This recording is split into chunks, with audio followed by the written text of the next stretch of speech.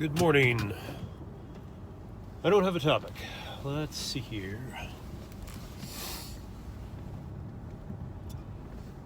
Well, one thing I've thought I need to develop as much as I can is my model of, what would you call it? Knowledge?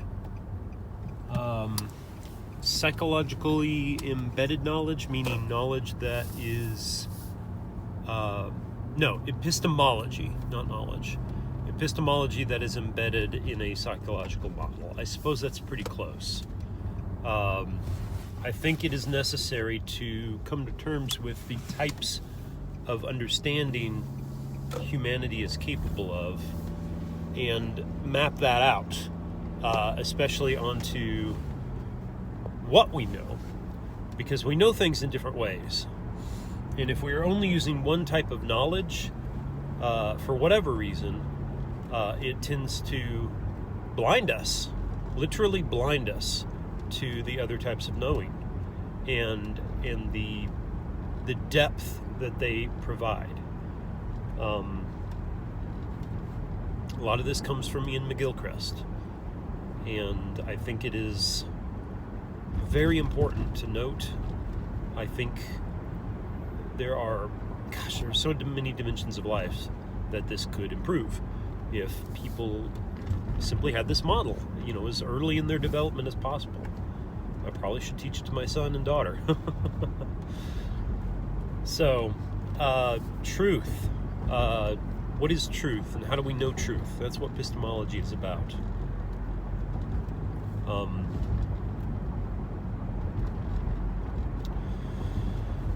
I would suggest that one thing that must be overcome, and I think this is the only really fruitful response to postmodernism and to relativism, which is to realize not that there is no truth, that's going way too far, but to realize we can't completely and accurately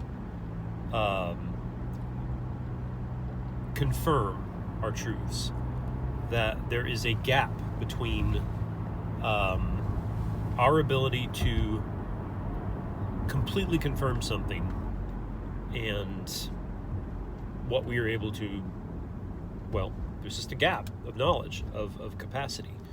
So this leads me to the humility principle, which has become my primary principle.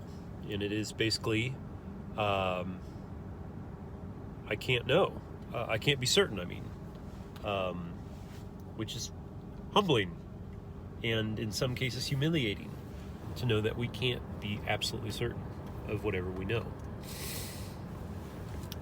A second step would be to move from what I call the singular linear, which is singular points of data string together in a kind of linear progression. This is the model, most models of causation show this, and most logical arguments are built like this. And I would suggest that that's not how the universe works. That the universe works instead through nested systems being these very complicated, interconnecting sets of points, far more complicated than cars, computers, etc.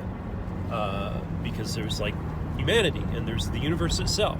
The universe itself, we sometimes like to say it obeys very simple rules, but we still don't understand it fully. We still don't know everything that's out there. We can't confirm everything that's out there. We confirm generalizations, which is to say abstractions. We build a lab situation, which in effect is a kind of embodied abstraction. We've simplified everything out of the picture except for that which we test. And then we test it. And then we say, aha, we have a data. We have something certain. But do we really understand how that thing works in more complicated situations. Well, not from that experiment. You have to then, kind of zoom out, if you will, make the experiment larger. But the larger the experiment is, the less controlled it can be, right? The more factors you place within a experiment, the less you can be certain of what factor did what. So this is an idea of the limitation of science, that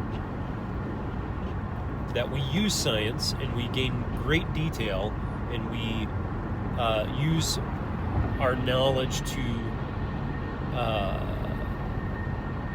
create technical solutions to problems. Not scientific, but technical. Those are, so far as I can tell, very different things. So,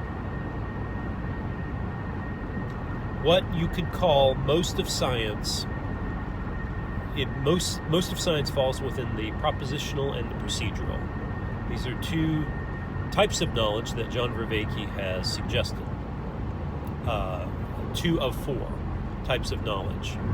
The propositional being words, statements. These kind of little points of data that are strung together, compression. And procedure, likewise, is a type of compression of a action into steps and stages. You can make a propositional procedure, or you can have a proposition that is very procedural. They go very hand in hand, and they fall under what I would call the analytical,